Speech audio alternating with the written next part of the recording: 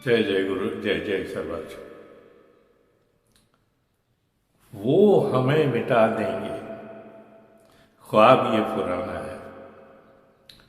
वो हमें मिटा देंगे, ख्वाब ये पुराना है। आज दिन हुआ उनका, आज दिन हुआ उनका, कल हमारी बारी है। आज दिन हुआ उनका, कल हमारी बारी है। उम्मीदें इंसान को कभी नहीं छोड़नी चाहिए, और जो उम्मीद छोड़ गया समझ लीजिए वो मर गया। उम्मीद ही एक वो करिश्मा है जो हमें आगे बढ़ने का रास्ता दिखाता है। उम्मीद ही वो जरिया है जिसके सहारे हम अपनी पूरी जिंदगी गुजार देते हैं। अब महज उम्मीद करते रहना ही काफी नहीं होता, जरूरी ये भी होता है कि हम उस उम्मीद को पूरा करने के लिए जो हम आशा कर रखते हैं अपने मन में, जो हम आकांक्षाएं रखते हैं अपने मन में, उनको पूरा करने के लिए हम कुछ तो करें। करने के लिए तो हम सुबह से शाम तक कुछ न कुछ करते ही रहते हैं, और जब कुछ करने को नहीं होता है तो यूं ही बैठे ठाले गप्पे हाँकते रहते हैं। और वक्त बचा और हमारे पास डाटा भी हुआ तो हम कुछ कहानियां, किस्सों के या फुलझड़ी जैसे वीडियो देखते रहते हैं। मगर कर्म दो तरह के होते हैं, एक नकारात्मक, एक सकारात्मक, निगेटिव एंड पॉजिटिव। हम अगर नकारात्मक कर्म करते रहेंगे तो जिंदगी हमें पीछे धकेलती रहेगी, कुदरत हमें पीछे धकेलती रहेगी, हम कभी आगे नहीं बढ़ सकते। और अगर हम सकारात्मक कर्म करेंगे तो जिंदगी कहीं ना कहीं हमें आगे ले जाएगी, कुदरत हमें आगे जाने के रास्ते दिखाएगी। ये कुदरत ही है। कहते हैं अल्लाह, ईश्वर, भगवान। देखिए, ये सब न तो अब तक किसी ने देखा है इनको, न जाना है। कहानियों, किस्सों के द्वारा हम सबको ये समझाया जाता है वो करेगा, वो करेगा। चलिए मान लेते हैं वो है, तो उसने हमें जो शरीर दिया हुआ है और शरीर में जो शक्ति दी है, हमें जो मन दिया है, हमारे जो मानसिकता दी है, दिमाग दिया है, हाथ दिए हैं, पांव दिए हैं, आंख दिए हैं, नाक दिए हैं, कान दिए हैं, इतनी शक्तियों के होते हुए भी अगर हम फिर उसके सामने झोली फैलाएं तो जहां तक हम समझते हैं हमसे बड़ा मूर्ख कोई नहीं होगा। हमें अगर हमारे माँ बाप एक समुचित धनराशि दे देते हैं और कहते हैं बेटा जा पढ़, अब उसके बाद भी हम बाप के सामने झोली फैलाए खड़े रहें कि दुकान खरीद के दो या खरीद के दो, चलो हमारे साथ चलो, चलो हमें बताओ कि कैसे करते हैं। तो फिर जो हमने आज तक ज्ञान प्राप्त किया है, जो विद्या हासिल की है, जो पढ़ाई की है, वो इस काम की। हमने जो आप तक मित्र बनाए हैं, एक अपना समूह बनाया है, और जिस समूह में हम सिर्फ गप्पेबाजी करके अपना वक्त बर्बाद करते रहते हैं। अब गप्पेबाजी आमने सामने बैठ करके भी हो सकती है, मगर अब समय तो ये आ गया है कि उसकी भी जरूरत नहीं है। वीडियो कॉन्फ्रेंसिंग कर लीजिए, व्हाट्सएप पे चैट कर लीजिए, वीडियो चैटिंग कर लीजिए। आप कहीं भी बैठे हो, आपका जो है वो बैठा हो, मार सकते हो। और वो भी क्या गप्पे, जिसका कोई सिर पैर नहीं होता, जिसका कोई वजूद नहीं होता है, और जिसका भी ऐसा उद्देश्य नहीं होता है कि हमें अपनी आगे की कुछ कर दिखाने का मादा पैदा करे। पर हम सब करते रहते हैं ये सब। अब जब हमें ज्ञान दिया है, हमें समझ दी है, तो हमें तो ये चाहिए ना कि हमें जो कुछ प्राप्त हो गया है अपने पिता से, फादर से, अब्बा से, तो उसका समुचित उपयोग करें। हमें जो ज्ञान प्राप्त करने का समय दिया था हमारे माँ बाप ने, और उस पर जो धन राशि खर्च की थी, आज उसका परीक्षा का दिन आ गया है कि हमने क्या अर्जित किया। अब आप ही बताइए कि इसमें कौन सी बात ठीक है। हम अपने दिमाग से आगे बढ़ें या फिर अभी भी अपने माँ बाप की उंगली पकड़ के चलते रहें। यही ईश्वर की बातें हैं।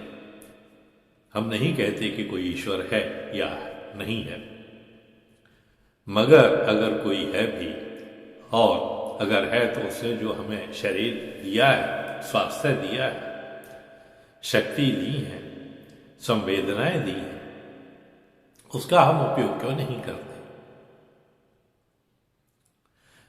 तो भक्ति का अर्थ ये नहीं होता है कि हम मंदिरों में जाकर के घंटों घंटियां बजाते रहे, या मस्जिदों में जाकर के हम वहाँ अल्लाह को याद करते रहें, या चर्च में जाकर के हम ईसा को परेशान करते रहें।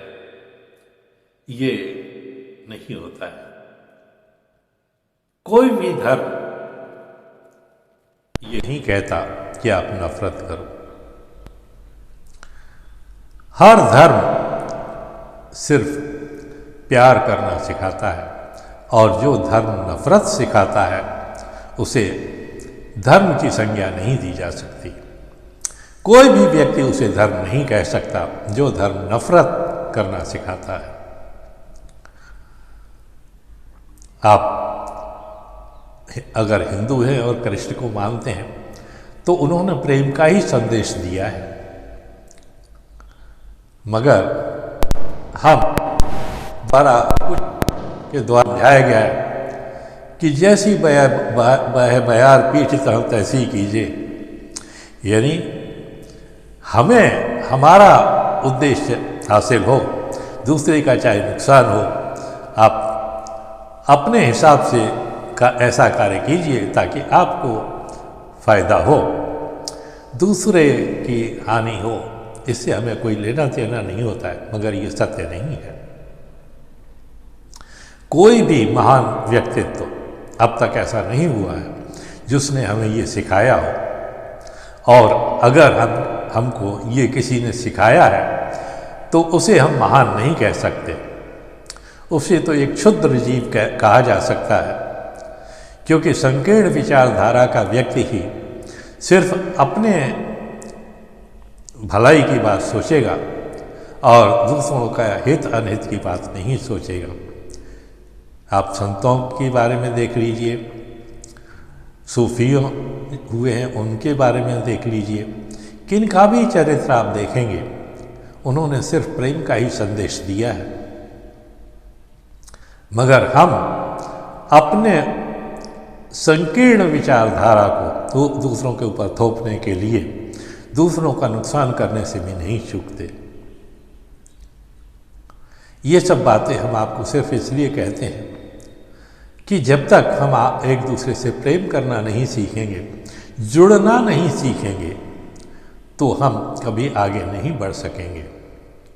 देखिए, जब हम कोई एक वृक्ष लगाते हैं और वो अल्पावस्था में होता है, तो उसके सहारे के लिए हमें डंडियों की ज़रूरत पड़ती है, जिसके सहारे वो वृक्ष धीरे धीरे आगे बढ़ता है। हम चारों तरफ से डंडियां लगा करके उस वृक्ष को सहारा देते हैं,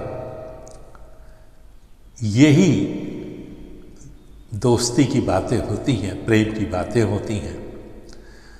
और प्रेम से अगर हम एक दूसरे का सहारा बनेंगे तो हम सभी एक वट वृक्ष की तरह हो जाएंगे। वट वृक्ष हम बार बार क्यों कहते हैं? क्योंकि ये वो वृक्ष है जो एक बार पनप गया तो फिर कभी खत्म नहीं होता। एक से दूसरा, दूसरे से तीसरा और तीसरे से चौथा, इस तरह बहुत बड़ी संख्या में वो वृक्ष एक जंगल के रूप में बदल जाता है।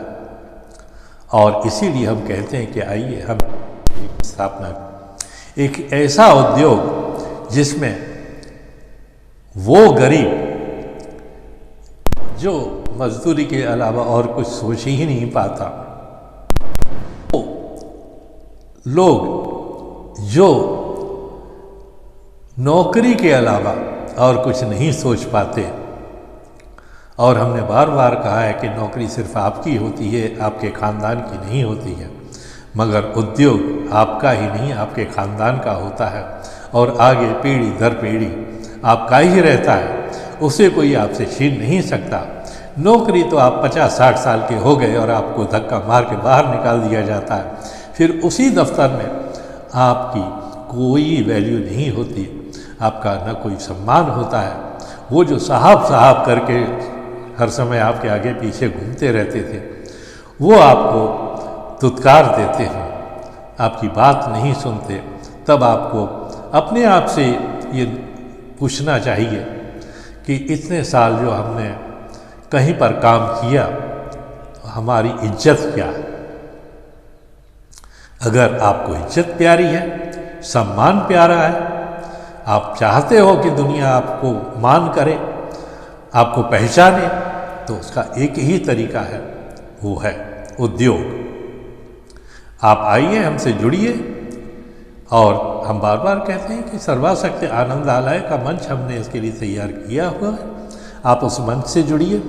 हमने जो व्हाट्सएप का नंबर दे रखा है, आप उसके द्वारा हमें संपर्क कीजिए, मैसेज कीजिए, अपने बारे में हमें बताइए, फिर हम आपसे संपर्क करके आपको बताएंगे कि रास्ते क्या है और आप कैसे एक उद्योग की स्थापना कर सकते हो। यूं ही बैठे कुछ होता नहीं है, और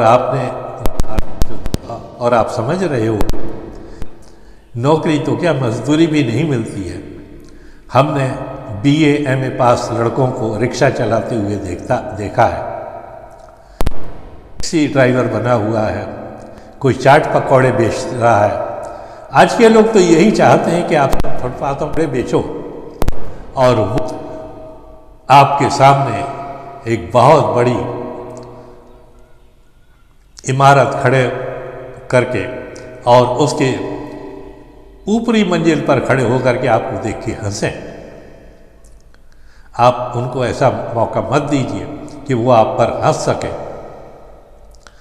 आपको पास सब कुछ है और उस सब कुछ में से कुछ को खर्च करके आप बहुत कुछ कर सकते हैं। तो आइए, आप हमसे जुड़िए, और जुड़ने का तरीका यही है कि आप हमारे चैनल को सब्सक्राइब करें, उनके वीडियो देखते रहें और उनको शेयर करें अपने परिचितों में, और पसंद आते हैं हमारे वीडियो तो लाइक भी कर दिया कीजिए। कमेंट्स करके हमें बताइए कि आपके विचार क्या हैं, और अगर हमारे विचारों में आप कोई सुधार करना चाहते हैं तो निश्चित ही आपका स्वागत है। आज बस इतना ही। धन्यवाद, शुक्रिया, थैंक यू वेरी मच।